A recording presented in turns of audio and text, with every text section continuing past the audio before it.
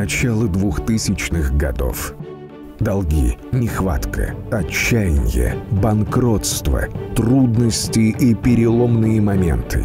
Каждый, кто приходил к нам с потухшим взором и болью от неудачи в разных сферах жизни, находил надежду и решение. Мы служим для того, чтобы каждый, кто приходит к нам, обрел финансовую стабильность, раскрыл собственное богатство и реализовал себя. Уже 15 лет, как мы верно придерживаемся этой стратегии. Мы — это центр развития человека «Само». Это место, где человек находит решение своей ситуации. В далеком 2007 году «Само» был основан Саидмуродом Давлатовым, человеком-феноменом, международным бизнес-тренером, мультимиллионером, инвестором и бизнес-наставником. Мир менялся, а «Само» расширялся, несмотря на кризисы и времена, потому что здесь продолжали помогать слушателю, которому нужна была помощь. «Само» стал причиной счастья многих людей. За эти годы мы создали не имеющую аналогов линейку курсов и проектов, провели сотни тренингов в Кыргызстане, Казахстане, Малайзии, Турции, Китае, Америке, России, Таджикистане, Узбекистане, Туркменистане. Нам доверились более 1 миллиона 350 тысяч 515 слушателей. Более 30 тысяч семей обрели финансовую стабильность. Более 200 тысяч человек выбрались из долговых ям по нашей методике. Ежедневно мы получаем сотни писем с отзывами и благодарностями со всех уголков земли. Взращено 53 долларовых миллионера. Мы создали уникальные авторские спецпроекты, которые копируют во многих странах мира. Мы создали клуб «Само» — сообщество успешных людей, которые каждый день трудятся над тем, чтобы сделать этот мир лучше. Десятки наших книг были изданы Эксмо и стабильно удерживают самые продаваемые позиции. Более того, наши книги попали в топ-100 Amazon. Верные своей миссии и слушателю, мы не пытались опережать или быть на кого-то похожими. Да, часто приходилось быть первопроходцами, разрабатывая совершенно новый путь, опыт, который сегодня мы успешно передаем другим. Да, бывали трудности, но мы умело складывали из них трамплин к возможностям. Мы становились технологичнее и работали в 2 раза мощнее, быстрее и эффективнее. Наша смелость привела нас к непобедимому результату. Более 70% клиентов приходят обучаться у нас повторно. Более 58% слушателей, получающих результаты после применения знаний «Само». Это международная команда креативных, творческих людей с мышлением созидателей и объединенные одной миссией. Мы всегда принимали вызовы и готовы идти дальше. С днем рождения, «Само»! С 15-летием!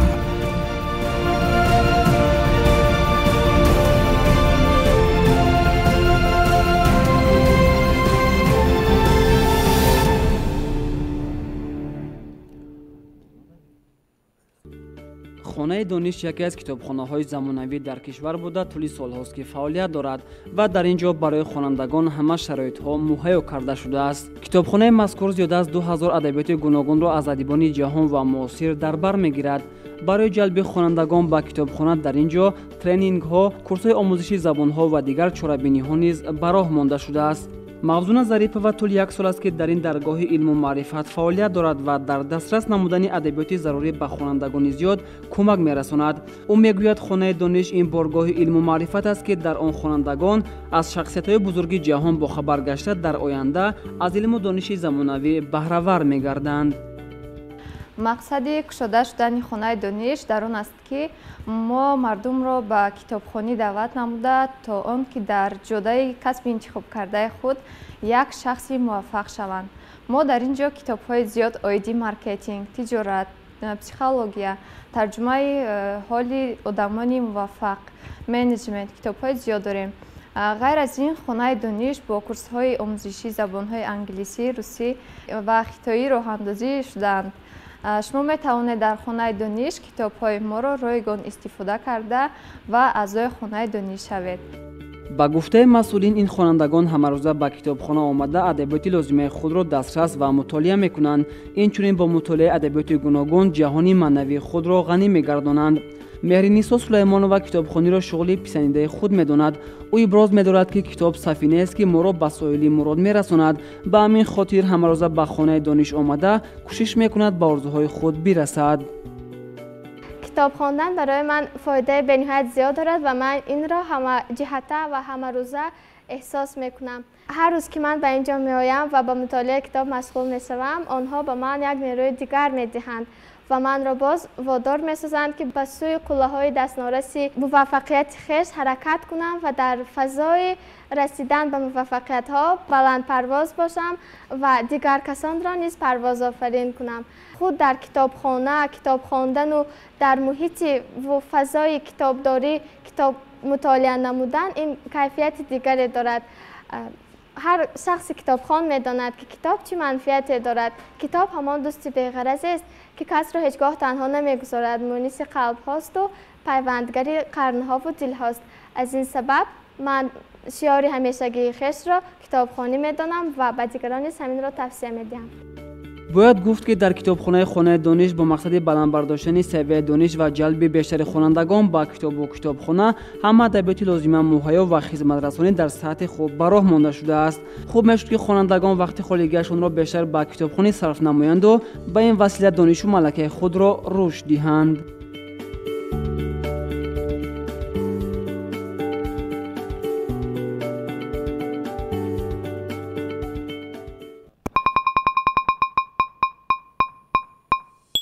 салом дӯстон меҳмонон ва ҳозирини гиромӣ, ташрифи шуморо ба барномаи чашмаи умед ки дар шакли нав таҳия шудааст хушомадед мегӯем. инак барои пешбурди барномаи чашмаи умед ба саҳна муассиси ин барнома доктори илмҳои иқтисодӣ ва равоншиносӣ, муаллифи силсила асарҳои фалсафаи мурчагон, бизнес тренери дараҷаи байналмилалӣ устод Саидмурод Давлатовро даъват менамоем.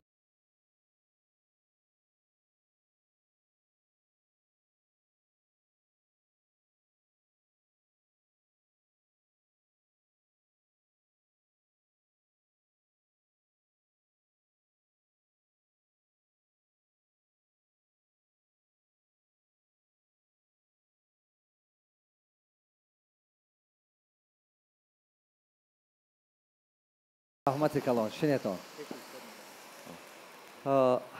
خیلی منت دارم که وقتی افته با این جمع آمده استودیوتون. این یکی از برنامه‌های خوبه که ما ساختگی هستیم هست. این برنامه بهترین است، برنامه چشمه امید. لیکن این روز روز وقت ساعت به ساعت این تماشابیناش، مردمی که این رو قدر میکند، مردمی که به این حواس دارد زیاد شده میگرد. برای همه قدر ما در این برنامه основном چیکار میکنیم؟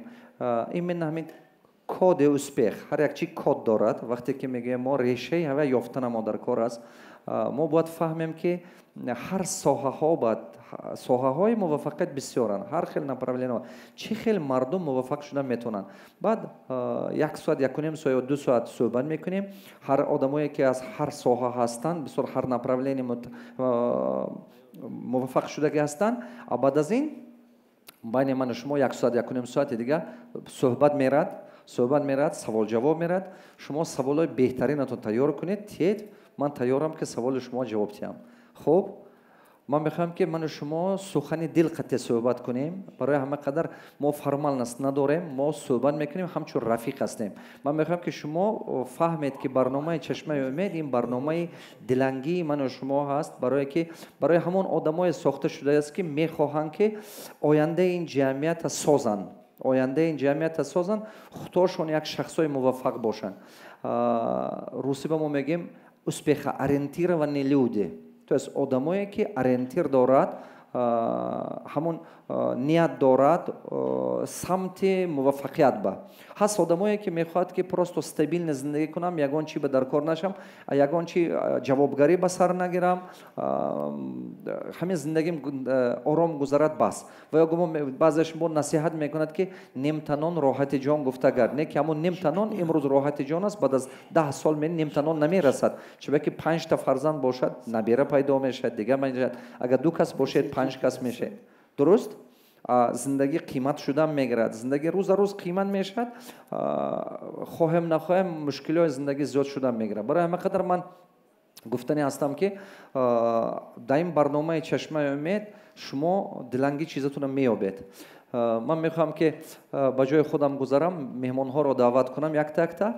خب مهمان نوبتی ما инак ба саҳна директори маркази тарғиби адабиёт ва фарҳанги миллӣ, номзади илмҳои сиёсатшиносӣ, меҳмони барномаи чашмаи умед абдуллоҳи раҳнаморо даъват менамоем.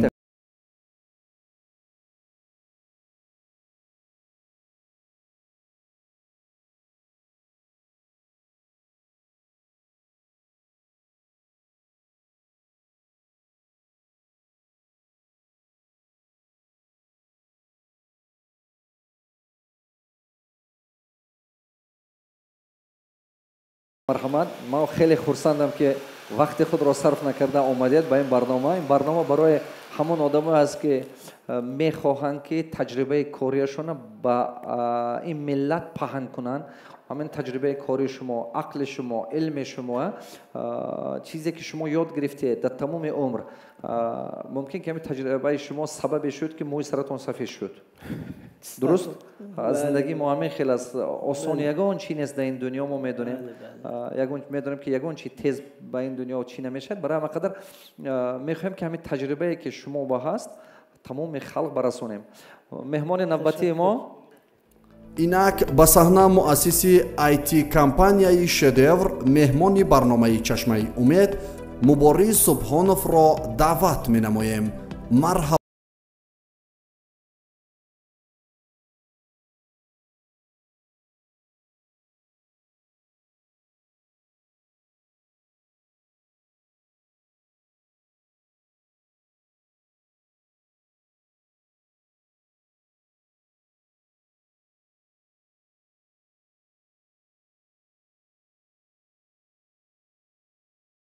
همه مشکلی که میکشن این وقت های آدمی که بیزنس دارد، آدمی که موفق شد و همه چیز اعصابش این مشکلش این وقت است. شما وقتی افته آمدید من خیلی منتدار.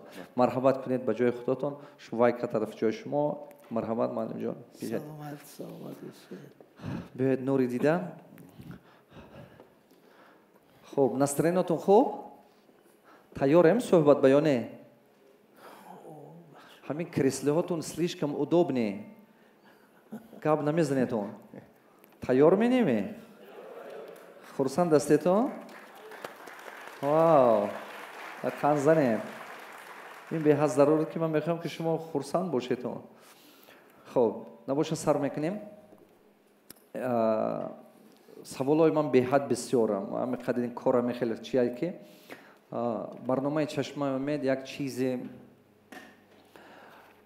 رنگی که همین از کوه، از تگ کوه ها کافته قیمت بها چیز میابید، کان طلا، نقره، از تگ آب ژمچوژینم میابید.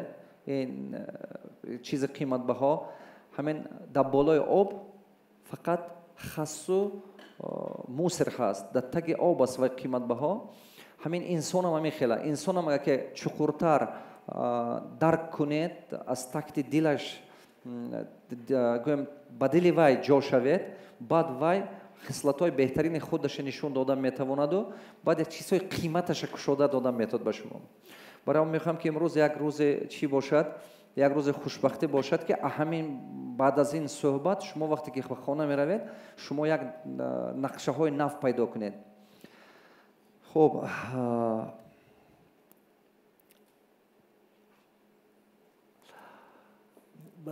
نمیدونم پورا عبدالله رحمنما گفته دائما مراجعت کنم یا که اکو عبدالله گفته گپ زدن گیرم. یک چیز میخوام که پرسم، نگاه کنید، شما مکتب خصوصی هم دارید، چی با دیگر بیزنس نکشودید و دیگر راه بنرفتید و همین مکتب با دست زدید؟ مقصد چی بود از مکتب کشویی؟ مثال هر خیلی ساحه هست برای موفق شدن. همین مکتب چی سبب شد؟ خب تشکر پیش از همه برای دعوت، برای توجه. من راستی شخص موفق باید هم در بیرون موفق باشه هم در احساس خود.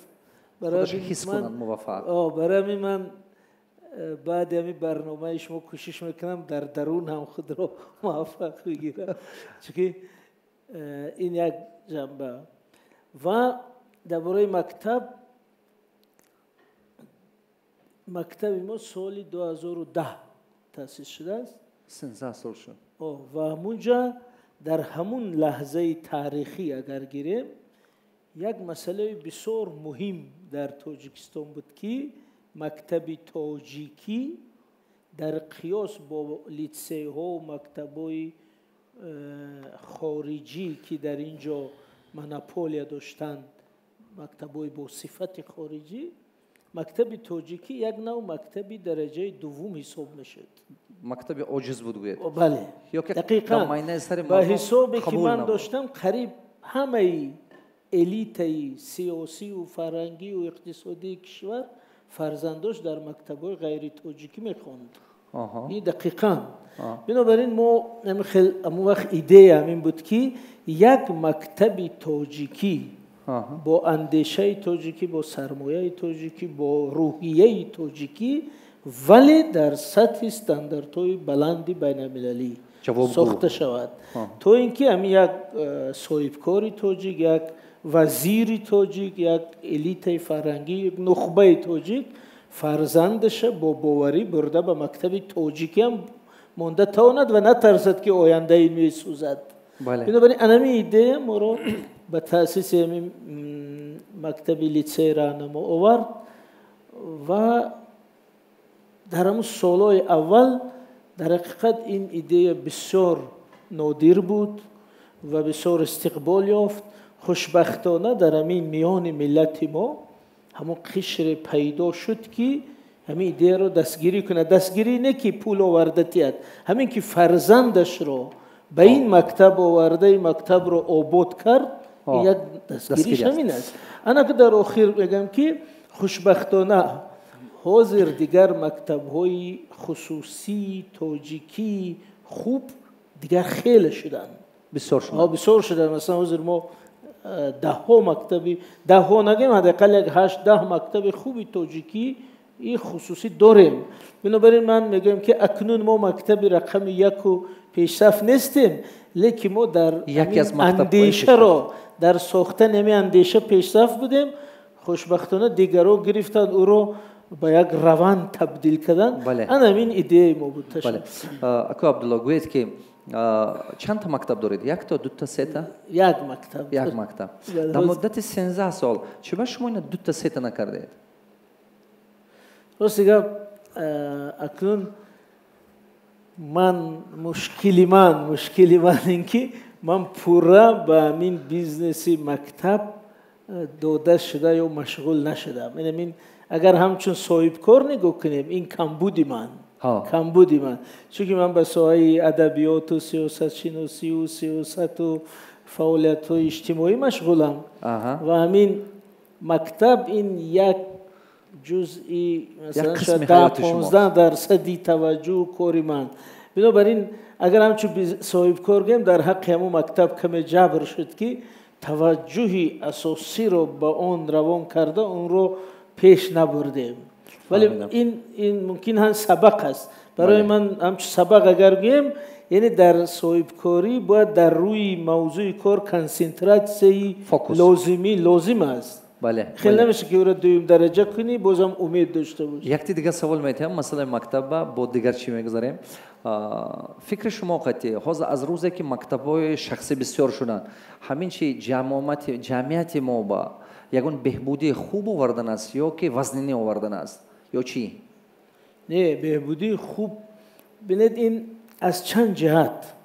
مثلا اگر از نظری وضعیت معارف کشور نگاه کنیم مثلا مکتب‌های خصوصی یک بار وزنین رو از دوشی سیستم معارف گرفتند چون که انمی قدر معلم مثلا حاضر اگر 30,000 طلبه حدوداً در مکتب‌های خصوصی میخواند این قدر معلم اینجا کار میکنن همه این اگر در مکتب دولتی میخوان باید سرمایه گذاری سریکسی شود مبلغ گذاری سریکسی از در تاجیکستان. بله. یعنی همین قدر هزاران طلبه از دوش دولت گرفته شده است. بله. تامینش. دوم همین قدر معلم با معاشی نسبت به مکتب‌های دولتی 2 برابر 3 برابر بلند تامین شده است. بله. امون یادرو یا امون هسته با صفت معلمان تاجیک رو از هجرت بازداشته است. اینجا حفظ کرده. بله. و دیگر اینکه چیزی بسیار مهم اینکه امون اندازه کی این هم جای تاسف دارد هم جای خرسندی.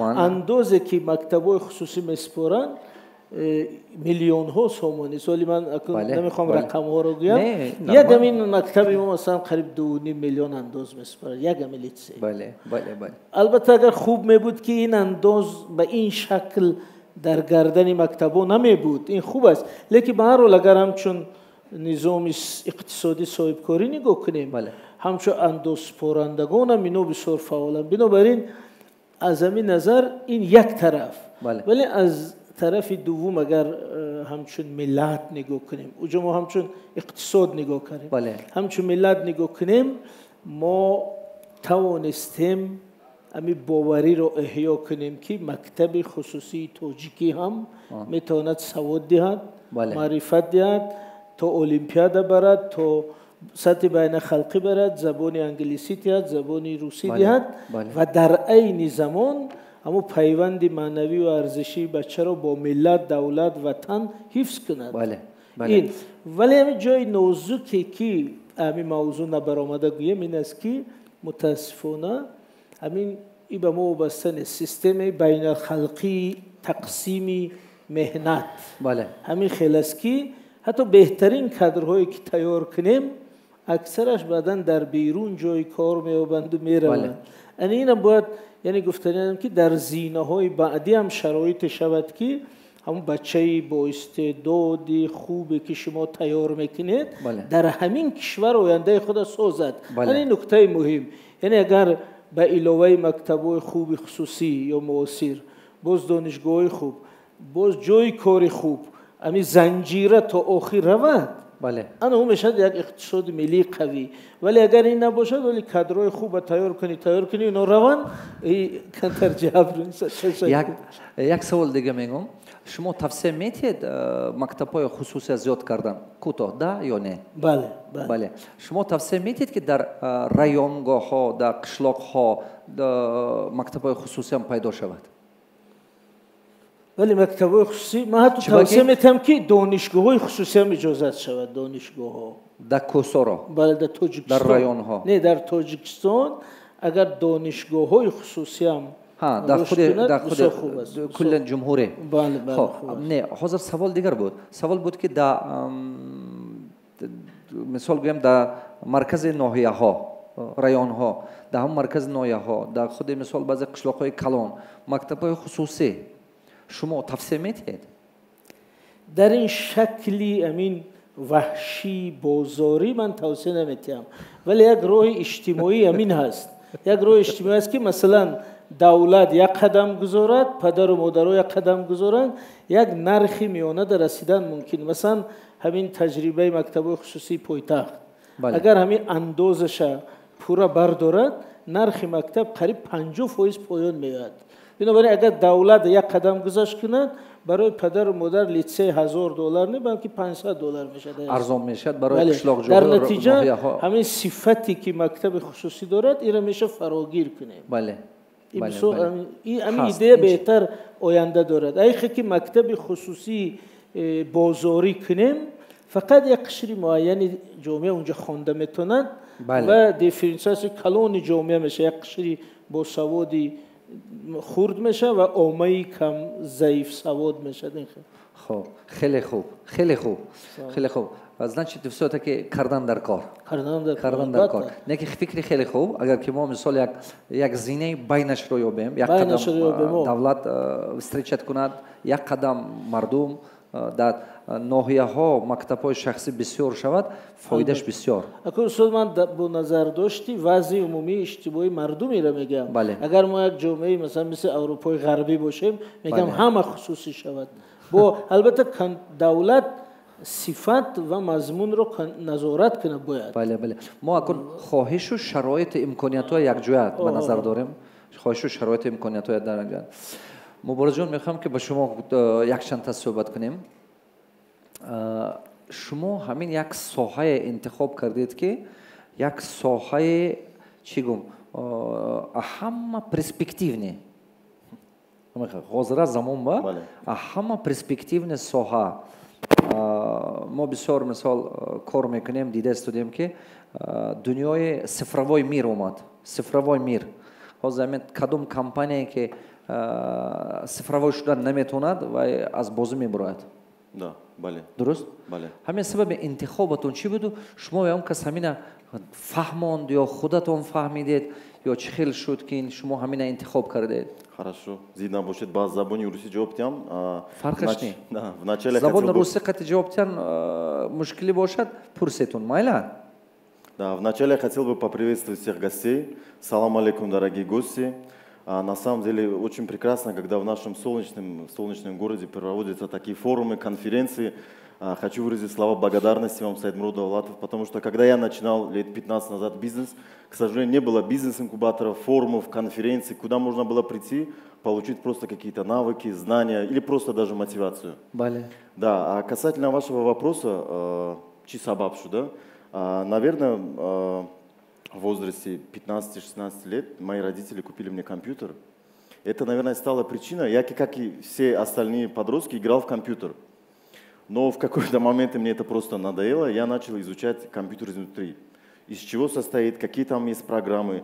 Постепенно я начал сам писать этот код. То есть делать программы, создавать какие-то программы. Далее я брал заказы извне, да, то есть делал какие-то программы другим людям. И как-то идея возродила, что сделать компанию «Шедевр», IT-компания. И по сей день мы уже более 15 лет занимаемся в сфере IT. Мы работаем в сфере IT, маркетинга и дизайна. Являемся одной из лидирующих компаний в Таджикистане. Вот скажите мне, пожалуйста, сколько компаний обслуживаете? Ну, я отвечу вам так, практически 70-60% компаний, которых вы видите в рекламе, неважно, это в интернете, либо в социальных сетях, они как-то или иначе связаны с нами. Потому что в нашей компании, да, то есть мы начинаем, сфера нашей деятельности, хоть и занимается IT, но мы начинаем от регистрации домена. Мы аккредитированные регистраторы доменов, мы занимаемся серверным обслуживанием, мы разрабатываем программы, софт, дизайн, маркетинг. Даже просто если вы видите рекламу в социальных сетях, да, то есть так или иначе мы с ними связаны. Бачо, а как шумо диққат карда гӯш кардед, ман гуфтани ҳастам ки сабаби ҳамин соҳа ба направление интихоб кардани мубориз падару модараш якта компютер харидагӣ. Бале. Вот с чего. тағои ман вақте ки ман майда будам, модарам тарбия кардан, тағом раҳматӣ мегуфтанд ки агар ки ҳамин фарзандатон ба шумо лопатка харид, лопата ё ки вай харид, бел харид ё чӣ, меҳнат кун мешавад. Агар ки шумо пистолет харид, киллер мешавад. Фаҳмидед, а? Вай патса. ҳамона ҳамона тасаввураш ба ҷо мешавад, хаёлоташ ба ҷо мешавад ва фақат фикри ҳавая мекунад. падару модари ин кас ки мехостанд ки фарзандашон дар оянда ҳамин соҳа ба мутахассис буд, ҳамин соҳа бузург, ҳамин компютер харида додагӣ. Як секрети асосӣ ман ин чӣ гуфта гап, шумоам харед, фарзандатон ба харед ва як рӯз не як рӯз ҳамон ба ё бозӣ мекунад ё чӣ мекунад, як рӯз не фаҳмишаш мемеояд, имрӯз не паго фардо ме, ин беҳад хуб. дуюм чизе ки гуфта Нозим Мубораз, агар шумо диққат карда дидед, дуюм чизи беҳад хуб буд, ин чӣ? мо кардем, аста-аста як программа навистем барои худому, ду программа навистем, дидем ки дигаро ҳам лозим аст. Дигаро аста-аста талабот пайдо шуд, пурсидан гирифтанд. Мо ҳамона зиёд кардан гирифтем. ҳозир гуфтанд ки 60-70% компаниҳое ки мебинед, как да-нибудь все равно с нами связано. Чиба? Чиба ки аста-аста ино ки диданд ки талабот бисёр аст, ҳамон чиба команда сохта рафтан гирифтанд.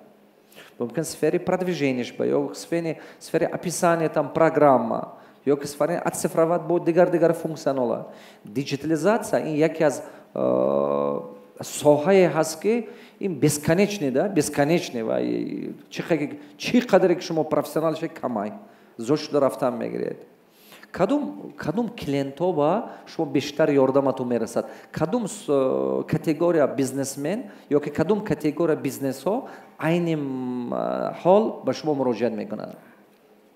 Какие категории основном клиенты приходят к вам? Банки, сотовые компании. И в принципе у нас не разделяются компании. Ну, большинство, целевая аудитория кто я? Вот это хотел сказать. Целевая аудитория частные предприниматели, малый и средний бизнес. Основные клиенты малый и средний бизнес, которые нуждаются в рекламе. Либо это автоматизация компании, либо это продвижение компании. Банко ба назарам ки банку сотови телефони ино мумкин автоматизация ба бисёртар, а ино боша реклама ба бисёртар. Бале. Продвижение, маркетинг, малосредний бизнес. Да. Совершенно верно. Мумкин ки офлайн реклама худашон мефаҳманд, а онлайн диджитализация на он қадар. Да. Акайс амрӯз бо як чиз гуфтанӣ будам ки ҳам беҳтарин тавсия додед ки аз падару модар ҳам як тавсия додем. Бисёр бачаҳо ёша мебинам ки из своей жизни я дам пример. Ҳами пеш аз ки ман ягон кор мекунам, барои сафар мебурам, ягон крупную покупку сделаю, ман як кор мекунам ки аз падару модар дуо мегирам. Ман хиёл мекунам ки аз ҳама инструментҳое ки мо бизнес, свод анализ, канва анализ мекунем, беҳтаринаш дуои падару модар аст. Барои ки меган ки когда у тебя есть дуа от родителей, ты выстоишь все испытания. Удачливый станешь. Конечно. Да.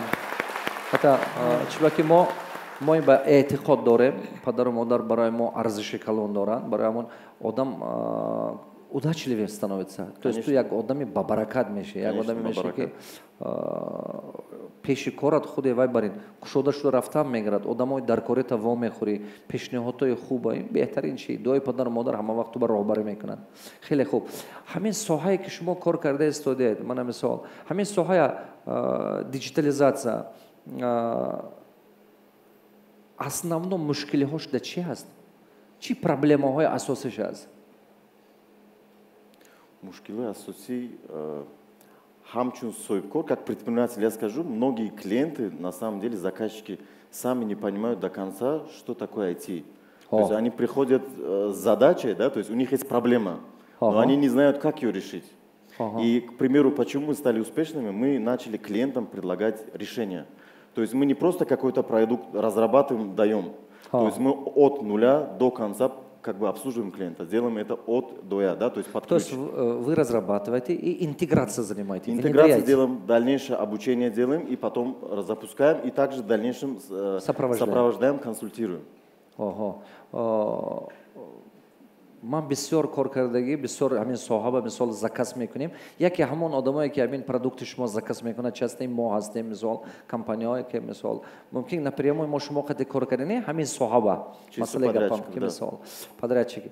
Ман як проблеми калон дидам. Моз шумо гуфтагитон дупа дуруст, бисёр соҳибкорро худаш намефаҳмад чӣ дар кораш рай. ҳамин соҳая намедонад, забони соҳибкор, забони программирования ин ба монанде ки хитой рафта тоҷикӣ ка мезани вай намефаҳма, ҳайрон меши. Разный язык. Яке аз проблемаҳое ки ман бисёр вохӯрдам, тех задане.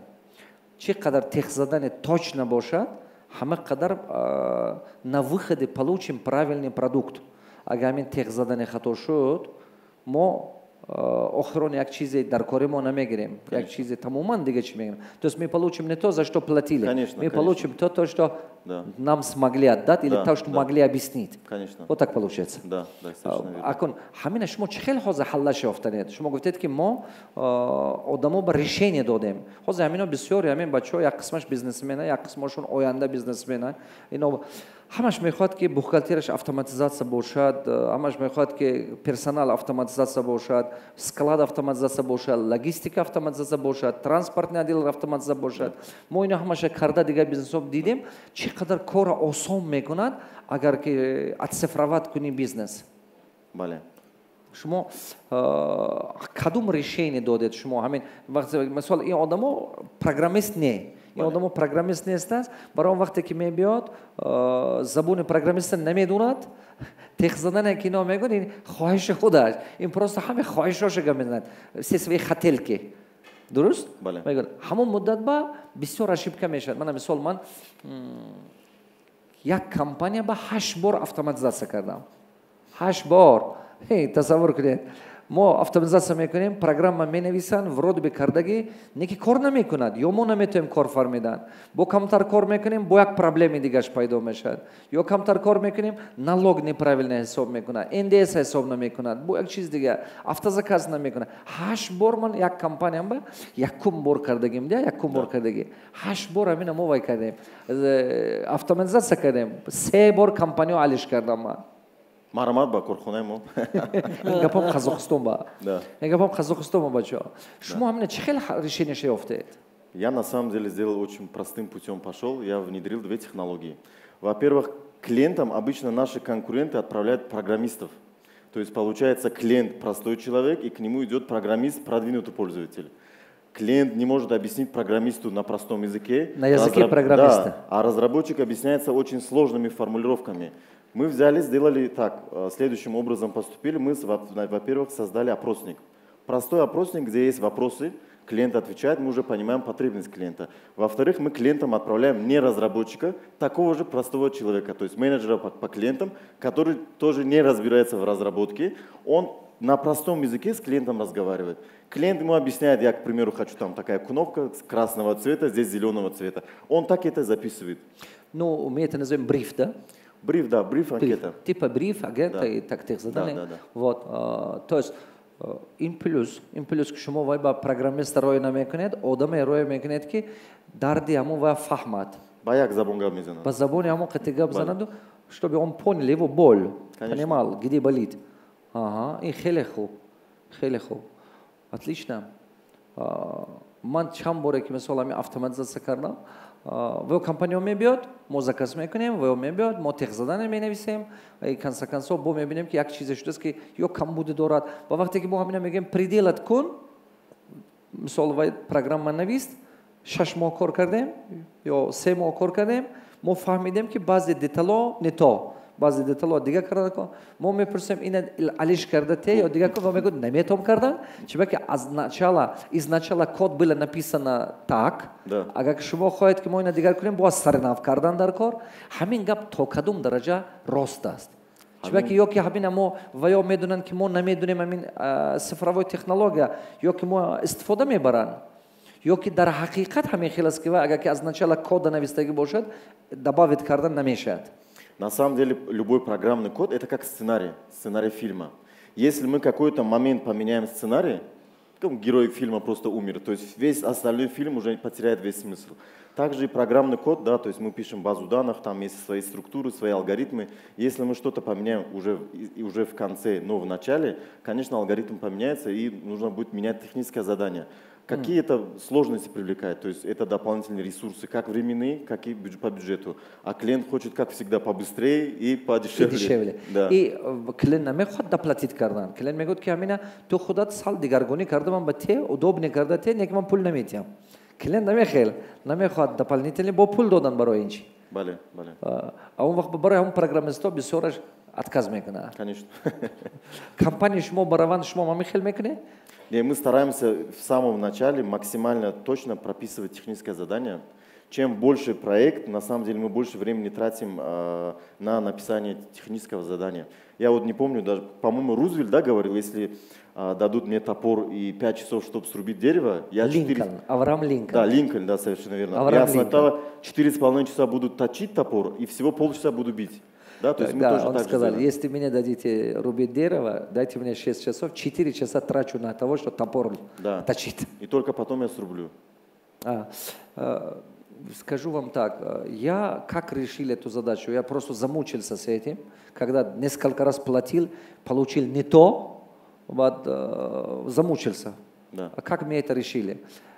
Я нанимал постороннюю компанию, которая изучала все бизнес-процессы наши и писал про все техзадания. До этого техзадания писали мои сотрудники, а они сами не программисты. А потом я понял, мы же не программисты. Как мы можем техзадание писать тому, если мы не понимаем этого? Тоже кишба мегум. Пештатар мо хто техзадание меневистем, им бехат хатой мекар. Хаман мо программист не. Мо чехел метунем навистан техзадание. این عقل نه. من مثال شما خانه میسازید، شما میگوید که من همین خیلی خانه ساختنی هستم. این خواهش شما نه که شما آرکیتکتور نیستید که شما فهمید کدوم مارک بتون آرماتور استفاده کردن تون در کار، کدوم رلیو زمین با و کدوم چی با. این ممکن نه. و خلاصه با منم که отдельная компания нанимать کردیم و изучать کردو техзадание навист. Бизнес процессу омохт техзадание навист. وقتی که این کمپانی техзадание навист، در باز این техзадание بعد دیگه کمپانی گرفتیم که автоматизация کرد. آنمون کمپانی که техзадание навист با ما нанимать کردیم обратно که как эксперт контроль کند، تو сопровождение کند، то есть прием کند و сопровождение کند. بعد همون وقت براستی گپ همین چند تا کمپانی خودمون با که ما همین کار کردیم کما как затрат نشد. بسیار نه که итоги ارزون فرامد.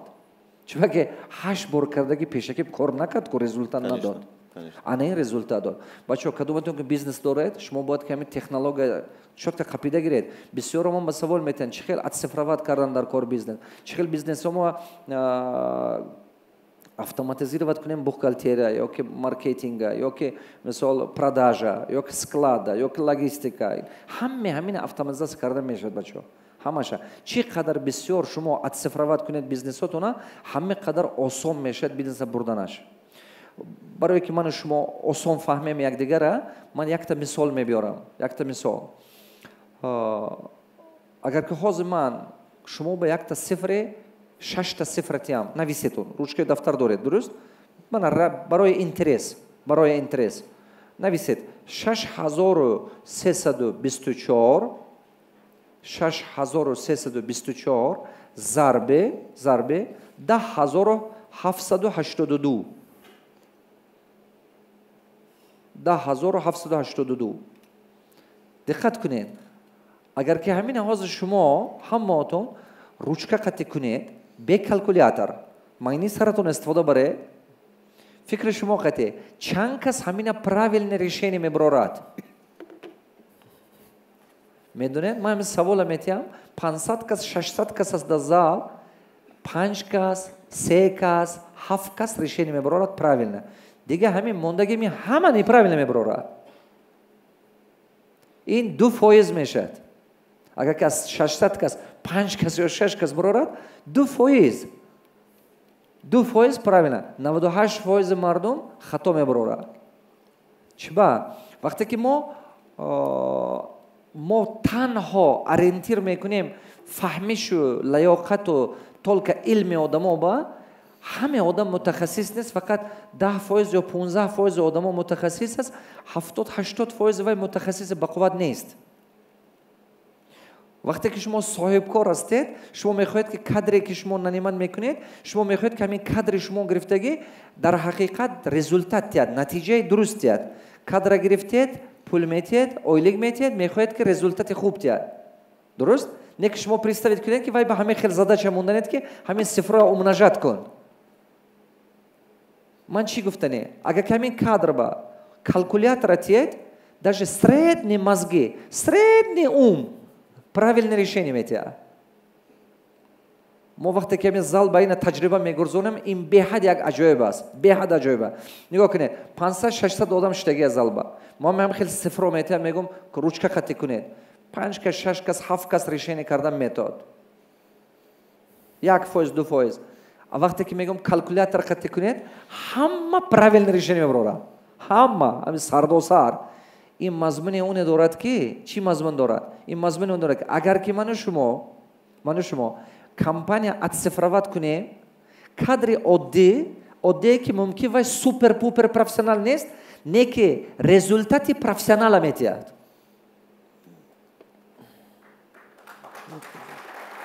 فهمیده؟ محیط ما با سوپر پروفسیونال یافتن قین باشد کم و کادرای بقوت همش زینید بازار با کدوم خیلی کادرها هست سریدنی کادرایی که سریدنی اوپت دارد سریدنی تجربه دارد سریدنی انتلکت دارد کمپیتنسش سریدنی و سوپر پروفسیونال نیست نه که اگر شما اتصفروات کنید و تکنولوژی استفاده برید بیزنستون با همین کادر عادی کادری که سریدنی همون رزولتاتی پروفسیونال میتیه با یاردم چی؟ با یاردم پروگرامیروانی با یاردم تکنولوژی این بمونند همون که روچکه خطی ها زگم بسیاراتون باور نمیکنید که صفر درست برآوردن میتوید کلکولاتر قطع ایدئال نمیبره من همین کلکولاتر یک نشانه اتصفروانی بیزنس یک دیتال همون کاری که اینا کرده استودیان بله برای همون تمام کار اتصفروات کنیتون تمام کار ما حاضر باخوم اتصفروات کرده استودیام همه باخوم اتصفروانی چی با که ممکنه آز همین با کار کرده استودیم ما همیش با چی با که من میخوام که بینم که هر یک درخت با چند لیتر آب رفت من میخوام که ببینم که هر یک تیوه چند گرم چی خورده است چیکو کرده است حاضر تکنولوژی برآمدگی سایدینیت کرده استودیان خدا خواهد ممکن نزدیک تموم شد همین تلفن هم قطعی ما تمام دنیا لوبوی درخت ما میبینم کدومش چی کسل شد کدومش چی پرابلم دارد این میگن اتصفروات وقتی که اتصفروانی هست شما تمام دنیا استوده و کنترل کردن میتوید بسیار من میپرسن معلم شما هم 27 کمپانی چخیل کنترل میکنه چخیل سرشته میکنه اینا تکنولوژی یاردم میکنه به تکنولوژی نمیشد کردن یک تا بیزنس ما یک направленیش با 198 مغازین است دویمش با 43 تا که 200 چند تا مغازین 230 چند تا مغازین فقط پارفومری داریم ما با این تکنیکشو با این строительствоشو با این سلسکی خزاشتو اینو همش به حد مشکل است کنترلش حاضر ما همین تپلیسو همش تکنولوژیش نکرده استودیم حاضر هم تپلیسو یک تا شاگردم من به حد میخوام که شما فهمید که آینده بیزنس این تکنولوژیش نیست همین چیزی که بانک‌ها از سرش گرزاند هم بانک‌هایی که آیتی سیستم شد همون بانک پیش رفت بانکی که آیتی نشد وای پیش نمیرد درست بله درست حاضر مثال بانک‌ها ببینید چیم شعبه دیگر شعبه آیتیش زیاد شده رفته استاده بسیار کمپانی‌های بانک من همین قزاقستان من بسیار دیدم من مثال کسبی بانکای قزاقستان با همین یدینارог شده رفت یدینارог چیزا میگن کمپانی لیدر کمپانی که ساحه خودش به لیدرای و یدینارог میگن این چی گفته گپ مانند هوای آنالوگ نیست بازار با حاضر همین مردم قزاقستان ما میبینیم تمام همین مردم کسبی گل دارد کسبی گل داشته کارتای همون وای کارتای همون کسبی تمامش همین مردی کارم بینی دارد تاکسیست هم بینی دارد همه تمام خلق تمام بیزنس بینی داره کسپرید استفاده میبرد کسپرید این چی پروگرامی که скидка میتید همین مال سредний بیزنس اول و در آوردن سونی با خلق در آوردن پی تمام весь страна گرفتن вообще супер چی با یک کسب خود کسبی بانک یک سредний بانک بود بانک مایده که نظر ناگیری وقتی که دیگه بانک ها بودن مثال ممکن که کسبی بانک جای 20 بام نبود حاضر جای یکم вкладывались в технологии با سبب تکنولوژی جای یکم акции کسبی بانک قیمتتر نسبت لوبوی акции بانک های وای چون که هم IPO شده بروما دمی خیلی پیش برفت این چی گفته گپ برای همون وقتی که شما خواهید که فهمید بیزنس фаҳмед ки ояндаи бизнес агар отцифрова нашад вай пеш намерад. хоҳед ки автоматизация кунед, кадомото мехоҳед ки учет контрол правильно бошад бизнес ба решение автоматизация. Кадомото мехоҳед ки масштабировать кунед бизнеса, решение автоматизация. Намешавад масштабировать кардан агар бизнеса автоматизация накунед, просто намешавад. ин нереально просто. Агар ки порядок набошаду шумо масштабировать кунед, чиза масштабировать мекунед? Проблема зиёд мекунед шумо. Проблема зиёд шуда мебарад, расходҳо зиёд шуда мерад, дуздӣ зиёд шуда мерад, брак зиёд шуда мерад, патери зиёд шуда мерад. Вай контрол набошад, вайрон шуда рафтан мегира ҳамеша. Беконтрол нереально бизнес сохтан. Бизнес ин управление. Кадомото мехоҳед ки гӯем на расстояние управлять бизнес. Баъзан рави дам гирид Таиланд аст, Малайзия, Сингапур, ягон тарафи дунё бо баъзан як маҳнема худата все равно бизнеса кор кунад. То есть бизнес без нас. Мехоҳед ки бизнес без шумо кор кунад? Он муддат обязательно ҳамин кора кардан дар кор. Барое ки бизнес без шумо кор кунад, автоматизация обязательно. Ҳамаотон ин кора кунедон. Ин маслиҳати ҷиддии ман. Не ки як компания отдельно гиред ки омӯзаду бизнес процессҳои компаниятона омӯзаду нишон диҳад. Аввал ина мегӯянд мо контрол качества процессов. Вай ба шумо нишон диҳад ки ин процесс неправильно, ина дига хел организация кун. Ана инаш правильно, ана ина мумкин, ана инаш мумкин. Агар ки шумо ҳамина нокарда худотун теғзадани нависеду автоматизация кунед, мумкин ки ҳамон худи процесси организации кори шумо хато бошад. Агар бизнес процесси шумо хато бошаду бо вая шумо автоматизировать кунед, хароҷот кайҳунба мебарад. Чунки неправильно организованная система. Мисол баъзе бачаҳо мана мегӯяд ки маълим мана бизнесман прибили калон наметиҳад, чӣ кор кунам? Бизнесат прибили калон натиҳад, значит хароҷотат зиёд ё ки продажа паст. Дуруст? Ё продажа паст, ё хароҷотат зиёд. Барои ҳама қадар вай прибили кам дода истодааст. А чӣ кор кардан дар кор? Аз маркетинг сар кун.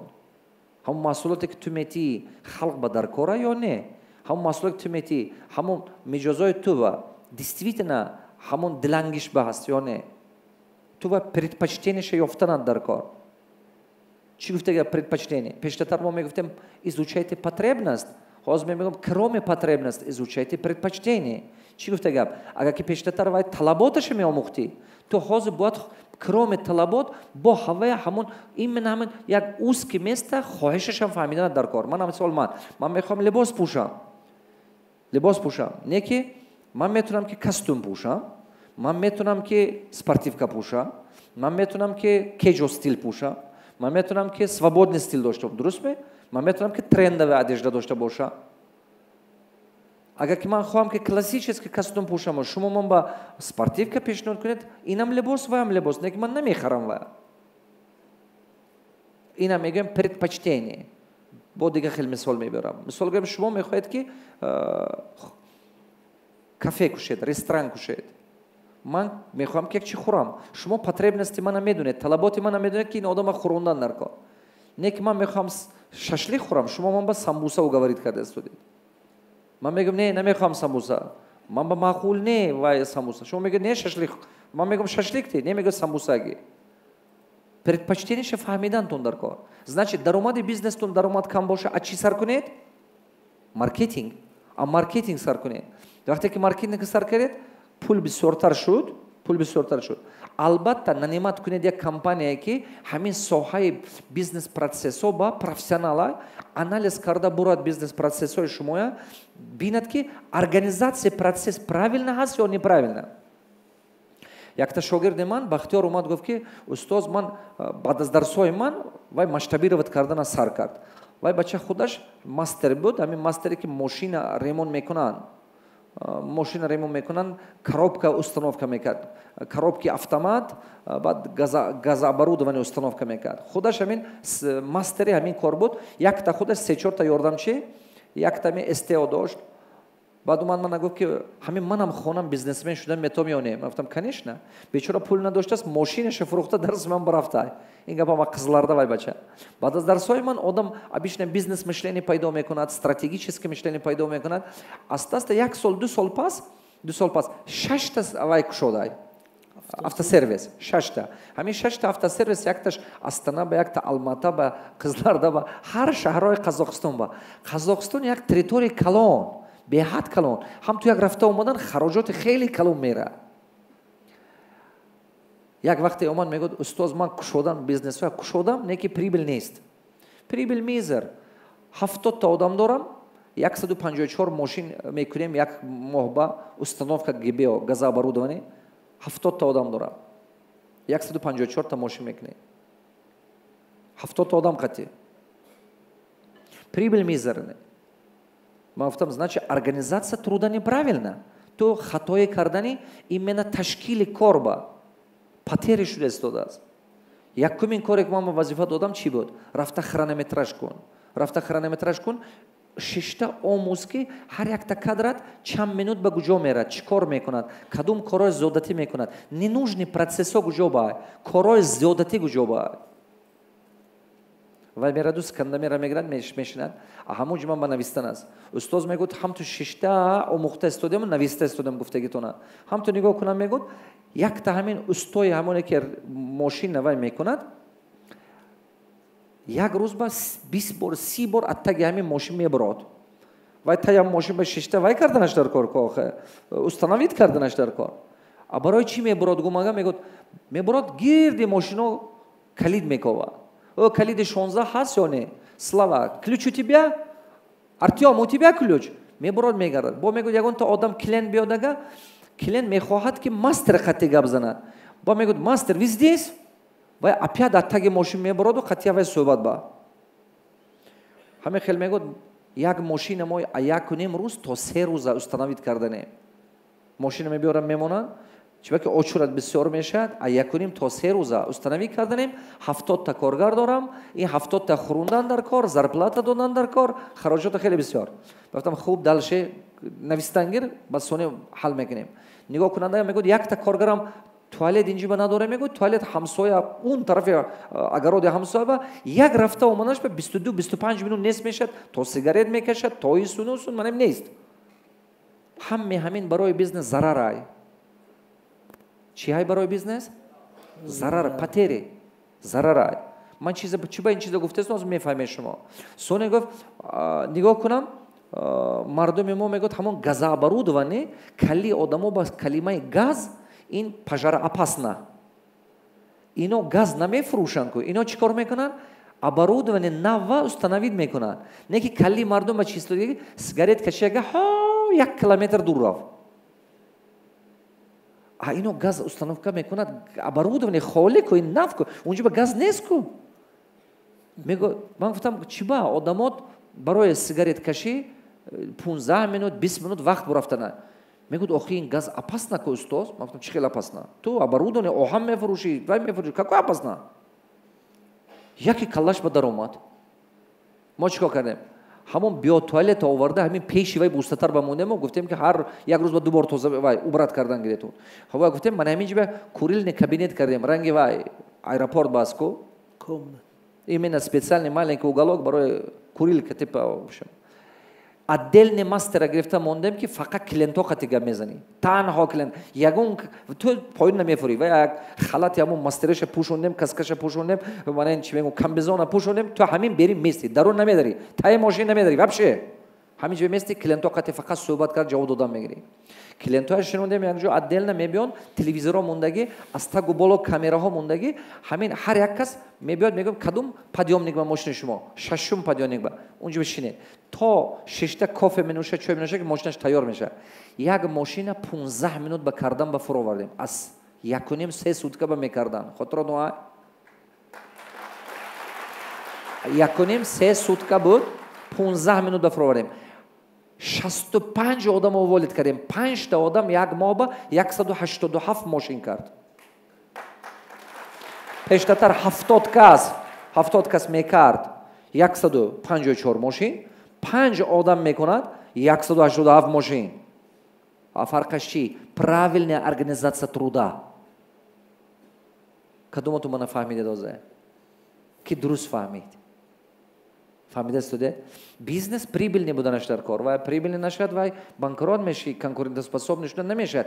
Барои ҳамо аввал нанимат кунед як компания ки бизнес процесса мефаҳмад, порядок мекунад, шумо нишон метиҳад, баъд техзадания нависету нанимат кунед компания мубориза.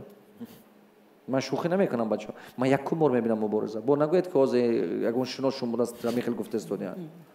Ман якум бор мебинам. Не ки ман ҳис мекунам профессионал чӣ хелай. Таҷрибаи кори ман беҳад калона ин соҳаба. Барои ҳамон нанимат кунед компания ки автоматизировать кунад. Чӣ чиз автоматизировать кардан дар кори компания? Мубориз ҷон, кадом соҳаҳои бизнеса обязательном порядке автоматизировать кардан дар кор? Я думаю, любая сфера бизнеса, где есть соприкосновение с людьми, с бухгалтерией, с складами, да, то есть вообще какие-то любые данные. Я считаю, что любая компания занимается, какие-то данные есть, нужно автоматизировать. То есть я на примере своей компании могу сказать, у нас был, когда вот те же самые домены мы продавали, у нас был отдельный менеджер, который продавал домены, был отдельный кассир, который получал, деньги с клиентов, и человек, который бы еще тратил, начальник, который все это еще курировал. Мы просто взяли, автоматизировали, сделали онлайн-оплату. То есть через любой кошелек, через любой терминал можно купить это. То есть все. Вы убрали человека, который собрал оплату? Убрали менеджера и кассира, 2 людей. То есть мы сэкономили на зарплатах.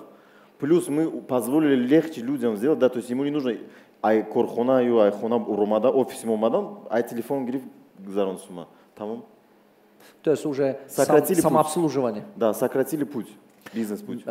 Муборис ҷон, як чиз дигам. Мо бисёр ҷоба мегӯем ки бизнессоза ҷои кори зиёд кунед, бизнессоза ҷои кори зиёд кунед. Ин ақидаи яке аз фалсафаи, вообще яке аз идеологияи, системаи дарсии ман аст дар ҳамин, особенно дар Тоҷикистон.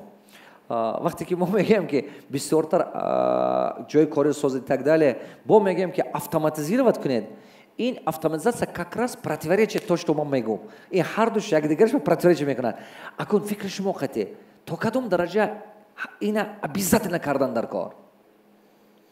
Я думаю... Чибаки ман барои чи ин гапа гуфтам? Чибаки ҳозир ман гуфтам ки 70 та ҷои кор буд, бачаҳо 5 кас результаташ 70 кас зиёд. Ҳозир майни сари ино ба мешинад ки ман ба чи дар кор коргари бисёре. Дуруст? برای بیزنسمن وگرنه که کارگر کمتر باشه результат زیادتر باشد. درست یا نه؟ خب انا کن من میخوام که ما اینو با روشنی انداخته کلی اینو با جا کنیم. خب тогда если смотреть с целью как предприниматель, как я, конечно же нужно автоматизировать, но смотря как сотрудник, я считаю, что любой сотрудник должен улучшать свои знания. Да. То есть сегодня, если он принимает деньги за домены, завтра он уже должен сидеть, писать этот код и писать эту автоматизацию, тот же самый код. То есть если человек сидит, то же самое, как мы знаем, был газетный бизнес. Сейчас газету никто не читает, все читают онлайн. У нас тоже был связан бизнес с газетами, он просто обанкротился. То есть время, и нужно адаптировать, да, то есть мы берем... Время меняется, ты должен меняться. Конечно, нужно адаптироваться, и мы делаем онлайн-журнал. Диққат кунед, ин беҳад гапи хуб гуфтан Муборис.